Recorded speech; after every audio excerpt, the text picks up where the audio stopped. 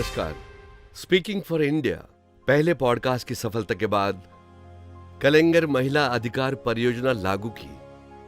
DMK diamond jubilee महोत्सव मनाकर एक बार फिर आपसे जुड़ने आया हूं। कलिंगर महिला अधिकार परियोजना लागू होने के साथ सोशल मीडिया में एक चर्चा होने लगी है, उसे मैं आपसे बांटना चाहता हूं। एक महिला पूछती है कि हमारे मुख्यमंत्री के कहे 1000 रुपए तो आ गए, प्रधानमंत्री के कहे 15 लाख कहां है?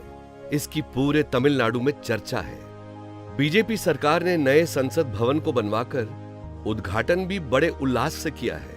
संसद भवन भले नया हो, पर उनकी सोच वही पुरानी। हमारा देश, देश की जनता फिर से बीजेपी से धोखा न खाए, इसलिए स्पीकिंग फॉर इंडिया पॉडकास्ट श्रृंखला चला रहे हैं। 2014 और 2019 की तरह 2024 में जनता धोखा न खाए। 2014 सरकार में आने से पहले गुजरात को आधार बनाकर, जैसे कि वहां शहद और दूध की नदियां बह रही हों, ऐसा प्रचार कर अपने आप को विकासवादी नायक के रूप में स्थापित किया था नरेंद्र मोदी ने। 60 वर्षों तक कांग्रेस ने इंडिया में शासन किया। मुझे 60 महीने दो, मैं इंडिया को विकसित देश बना दूंगा, ऐसा कहा था मोदी ने। उनको 60 महीने ही नहीं, बल्कि दोबारा 60 महीने इंडिया की जनता ने दिए। क्या इंडिया विकसित देश बना? इस प्रश्न का उत्तर तो उनको ही देना चाहिए। किन किन बिंदुओं पर उन्होंने इंडिया को विकसित किया है, क्या ये बता सकते हैं? मोदी जी ने कहा था कि 5 टी ही उनके लिए महत्वपूर्ण है: टैलेंट, प्रतिभा, ट्रेडिंग, व्यापार, ट्रेडिशन, परंपरा, टूरिज्म, पर्यटन, टेक्नोलॉजी, प्रौद्योगिकी। क्या इन 5 में एक भी पूरा किया है?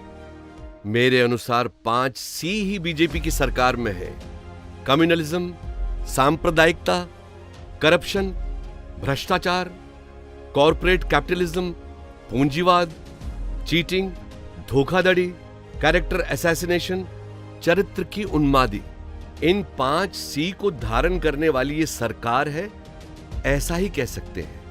इन सभी बिंदुओं को अपने चकाचौंध प्रचार के माध्यम से छुपाती आई है बीजेपी। मगर अब इंडिया गठबंधन बना है।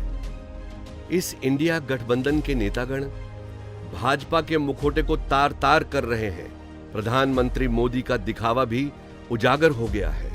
ये राजनीति करने के लिए नहीं, बल्कि हम वास्तविक डाटा के आधार पर साझा कर रहे हैं। सीएजी ने यह स्पष्ट किया है। इंडिया गठबंधन को देखकर ठगबंधन कहने वाले मोदी जी, आपकी सरकार के बारे में सीएजी की रिपोर्ट ने क्या कहा है, ये पढ़ा है आपने? इस बारे में विशेष सत्र में चर्चा की या फिर जवाब दिया आपने? यहां तक कि अयोध्या की परियोजना में भी घोटाला किया बीजेपी ने। ये सीएजी की रिपोर्ट में उजागर हुआ है। सभी परियोजनाओं का नाम ऐसा रखते हैं कि हमारे मुंह में नाम घुसे तक नहीं, इसलिए कि जिसे बोल नहीं सकते उसमें क्या चल रहा है ये पता भी नहीं कर सकते। एक पर्यटन परियोजना है जो पर्यटकों को उन सभी स्थानों पर आमंत्रित करती है जहां रामायण हुई थी। इसे स्वदेश दर्शन के नाम से जाना जाता है। उत्तर प्रदेश, मध्य प्रदेश, हिमाचल प्रदेश, सिक्किम, गोवा और तेलंगाना में भी लागू कराने का दावा किया गया था। इस परियोजना के माध्यम से कई करोड़ रुपए बर्बाद किए हैं, ऐसा आरोप सीएजी ने लगाया है। इस रिपोर्ट से पता चलता है कि इस अनुबंध में कितनी गड़बड़बाजी हुई है।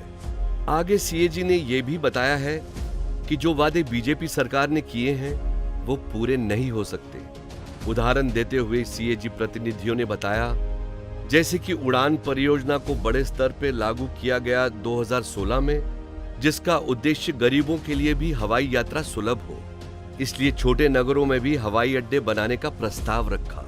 केंद्र की सरकार ने उड़ान परियोजना के लिए 1089 करोड़ रुपए आवंटित किए। 774 हवाई मार्ग तय किए गए थे, जिसमें से केवल 7% ही सुचारू है, बाकी 93% निष्क्रिय है।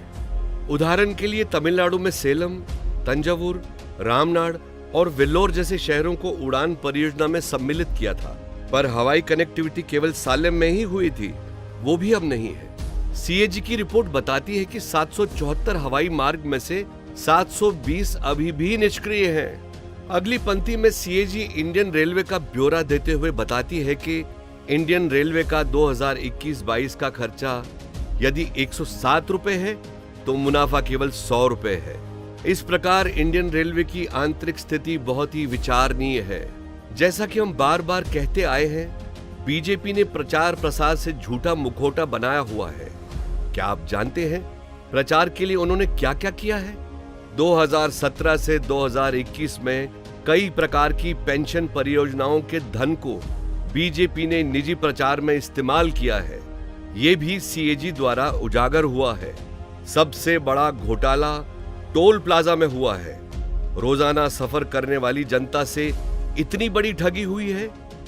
सीएजी ने पाया कि इंडियन राजमार्ग अधिकृत NHAI ने 132 करोड़ 5 लाख रुपए अनधिकृत रूप से वसूल किए हैं। इस प्रकार पूरे इंडिया में कानूनों को तोड़ते हुए कितने ही टोल प्लाजा में न जाने कितने अरबों रुपए वसूल हुए होंगे। 2015 में बीजेपी ने भारतमाला परियोजना का उद्घाटन किया, जिसका लक्ष्य पूरे इंडिया के मार्गों को जोड़ना था। प्रत्येक किलोमीटर पर 15 करोड़ 37 लाख का लक्ष्य रखा, पर बीजेपी ने कॉन्ट्रैक्ट दिया 32 करोड़ 17 लाख रुपए प्रति किलोमीटर। इन 8 वर्षों में केवल 13,000 किलोमीटर रोड ही बना पाए, जिसका मतलब 40% काम भी पूरा नहीं कर पाए।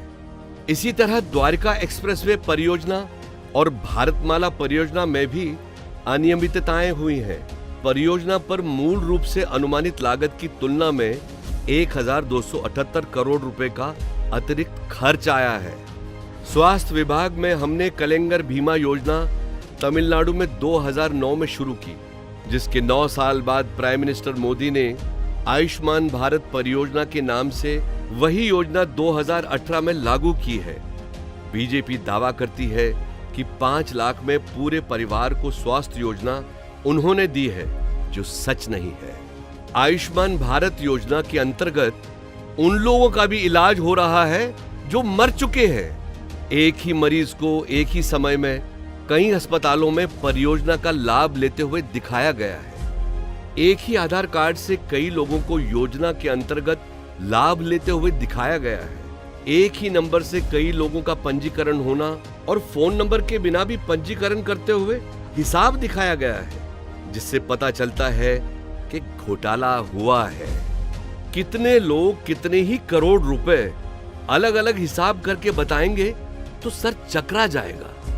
इस प्रकार अयोध्या परियोजना से लेकर आयुष्मान भारत परियोजना तक 7.5 लाख करोड़ रुपए का घोटाला हुआ है, ऐसा सीएजी ने बताया है।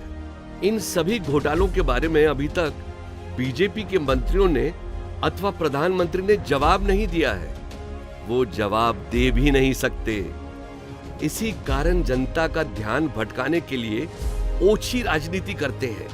बीजेपी हमेशा पूंजीवादियों के लिए ही काम करती है, इससे अलग कुछ कर भी नहीं सकते, परंतु गरीब, पिछड़े और आदिवासी जनता के विरुद्ध ही काम करते हैं। ये जनता जान चुकी है। हाल ही के चुनाव में बीजेपी की हार से ये साबित हो चुका है। 2024 में बीजेपी का सफाया होना चाहिए। इंडिया के हर एक नागरिक को एक होकर आवाज उठानी होगी और बीजेपी का अंत करना होगा। बीजेपी के सांप्रदायिकवाद, पूंजीवाद राजनीति और भ्रष्ट सरकार को खत्म करना हमारा कर्तव्य है। इसे सिर्फ एमके स्टैलिन की आवाज नहीं, बल्कि पूरे इंडिया की आवाज के रूप में सभी तक पहुंचाने में मेरी मदद करें। इंडिया के लिए आवाज उठाते रहेंगे, इंडिया को बचाएंगे। नमस्कार, धन्यवाद।